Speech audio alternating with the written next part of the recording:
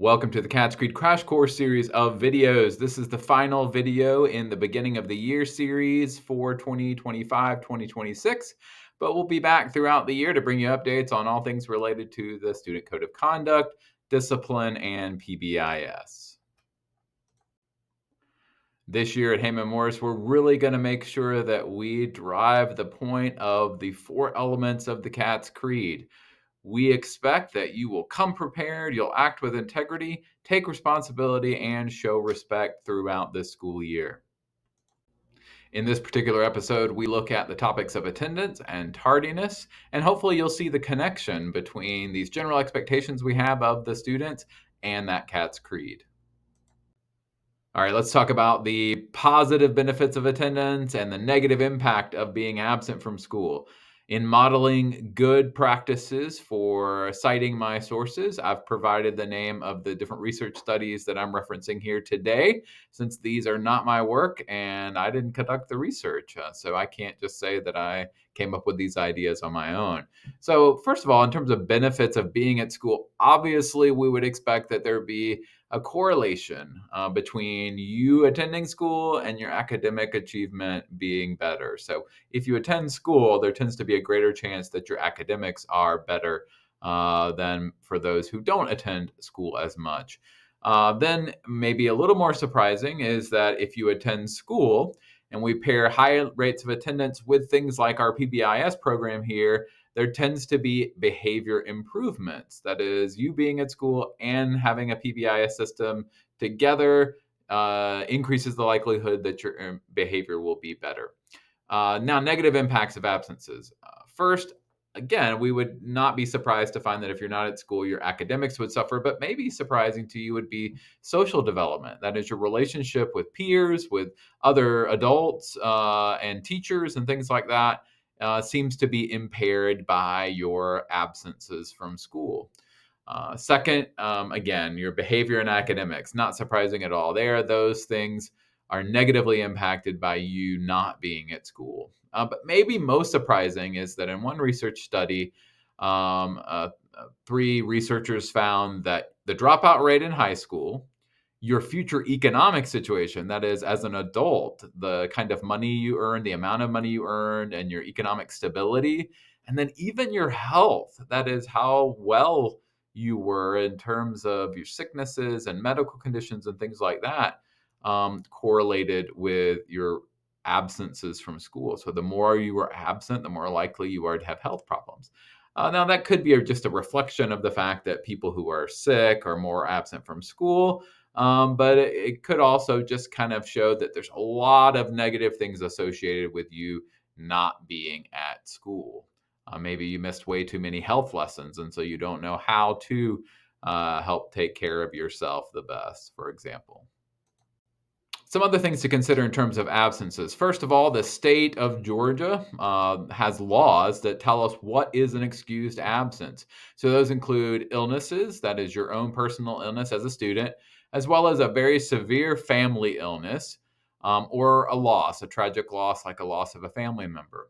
Religious practices. So if you are a Christian and you attend an Ash Wednesday service, or you're a Muslim and you attend some sort of event to commemorate Ramadan and you're unable to attend school because of that. Or perhaps you're a practitioner of Judaism and you attend some sort of commemoration of Yom Kippur or of Passover. Those things are grounds for excused absences. And then also, with severe weather, now that doesn't just mean some rain, but if there is such severe weather that it would keep you from attending school, a tornado rips through your neighborhood, for example, that would obviously be an excused absence. And then finally, if you are the child of a military service member, you are allowed some absences so that you can see a military service member parent who might be currently serving away from you. So you can go visit them, or that you can spend time with them when they come back from that service to see you.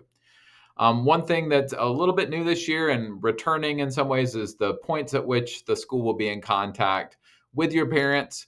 The very first absence that you have that we're not aware, that we don't have contact for as far as an excuse, someone will be contacting your parents. And then, as it's always been the case, on the 5th and 10th absence, and that's excused or unexcused. So just keep that in mind. And finally, when you're bringing notes to school, there is a drop-off box in the front entrance way. It's not actually in the front office, it's right outside the front office, right near the little checkout kiosk. In fact, I'll put a photo on the next slide here to show you where that is. So hard copy notes you drop in that box, and then those will be recorded and taken care of. Or your parents can email Miss Principe. She is our school registrar, and so they can find her email address on the school website and send her an email with that excuse as well. What about your missed work? Of course, we expect that you'll make up your work. So, a few things to keep in mind here. First, this year, all of your teachers are going to have a weekly overview presentation or document that's linked in their Canvas course. And so, that will be probably one of your best ways to figure out what you're absent. Teachers are going to work really hard to have those things posted and updated really each day, even sometimes a full week in advance, depending on the preference of the teacher. But in most of your classes, even if you're at home sick on that day of the absence, you very well may be able to see all of your missing work just by going to your Canvas and clicking on each of your classes and looking for that weekly overview document or presentation. Of course, you or your parents can always also email your teachers. Again, at the end of each of these videos, I show you what the Outlook icon looks like in your Launchpad window or screen. And you can click on that, type in your teacher's names, and shoot them a message. Hey, I checked on Canvas and I didn't see what we're doing today. Is there anything I can do at home right now? Or what do I need to make up for being absent? Keep in mind that generally we would expect that you would make up work within 2 days for each day that you're out. So if you're out one day, you get 2 days. If you're out 4 days, that would mean you have 8 days, right? Now, that's not a real hard, fast rule. The reality is everybody knows that we really don't have a real hard cutoff date other than maybe the end of the unit when we're talking about missed work from an absence. So if you don't do a homework assignment and you try to turn it in 2 months later, the unit's already way over. You might not be able to turn that in. But we really don't usually count the number of days exactly, but try to get it in within that 2 days per day absent, please. Finally, I do want to point out that most of our teachers are not going to give you additional days to prepare for a test if all you miss is the review day for the test. That is, you were aware of the test if you only missed the day before the test and it was a review day. Of course, a teacher will work with you if you really had something that prevented you from studying. That is, you were in the hospital, you only missed one day, but you were in the ER. And so then, of course, you didn't have a chance to study. Or you had some sort of family emergency that prevented you from studying. Just be honest with the teacher if that happens. But if you really just missed one day and it was just, a minor sore throat, or you just were feeling a little off that day, you can study and you should be prepared to take the test on the day that you're back. A related topic to explore with absences is student checkouts. First, I want to point out that student phones, are not allowed to be used for communicating with parents about checkouts. That is, students, you cannot text your parents to ask them to check you out. And you can't check your messages if you're anticipating your parents are checking you out to see if they're on their way. If you really need to communicate with your parents, you need to ask your teacher. They will either let you use the phone in their room, or in some cases, they may allow you quickly to check your personal device. But it's never going to be an excuse that you were anticipating a message about checking out or wanted to text your mom, if you just use that as an excuse after you are caught violating the phone policy. So please keep that in mind. Also note that if you are checked out and you miss more than half of the school day, it does count as an absence. And that is especially important when we talk about absences and athletics or extracurriculars in just a few seconds here after this slide. Finally, I do want to point out to students and parents that, as always, this is not new, but as always, students can only be checked out by authorized adults. That is, It has to be somebody that's an adult who's listed in campus or parent portal as someone who can check the student out. So if your older brother or sister who drives shows up, but they're not listed, we may not be able to let you get checked out by that person. Or if a neighbor tries to check you out, it's just not something we're going to allow. It's just not safe. And we can't make assumptions about situations when an adult just shows up to check you out. So please make sure if you're ever going to be checked out by someone other than your immediate parent or legal guardian who definitely is an IC, then please make sure that that other person is listed before they just come to check you out, because we will not be able to release you to that person. On extracurriculars, please note that if you miss more than half the day or you miss the whole day, you are not allowed to participate in extracurricular activities that day. That includes practices, it includes games, it includes choir concerts, band events, club meetings. You are just not allowed to attend those if you couldn't be at school. So that is whether you're out the whole day or you're just out for half a day to the full day, right? If you just miss one period to go to a doctor's appointment or two periods, then that's not half a day or more, and you could participate. So keep that in mind, especially if you belong to a club, one of the fine arts groups, or a sport here at Haymon-Morris, that your decision to be absent, if you're feeling a little under the weather, but it's something maybe you could pull through, keep in mind that your ability to practice or attend a sporting event or participate in some sort of club or other type of activity is impacted by that. Next, let's talk a little bit about tardies. First, let's point out that all of your core academic classes typically are within one little loop. And so that's really why we really don't have a lot of tolerance for tardies. Now, I know some of you that have a teacher who teaches two different grades have a little bit further to go, but that typically is also just down the hall, down the hall in the other grade level. So really you need to be to class on time. Now, I know you have to go downstairs or sometimes upstairs to go to your connections classes, and those teachers are aware of that distance you have to cover. Teachers are the ones who use the discretion. We don't have start and stop bells here. We feel like that'd be too disruptive. And so it's really up to the teacher to determine whether you are tardy and have exceeded that transition time that you get in the schedule. That is their interpretation of what their watch says when you walk through the door. And they're reasonable people, okay? If they see you at the water fountain, and most teachers are likely not to penalize you if you're just 5 seconds late, okay? However, if you abuse that and you're frequently strolling in after they would have normally closed the door, they will probably start counting you tardy. And note that our teachers do track and record the tardies, and you're going to receive some consequences if you receive too many tardies in the year.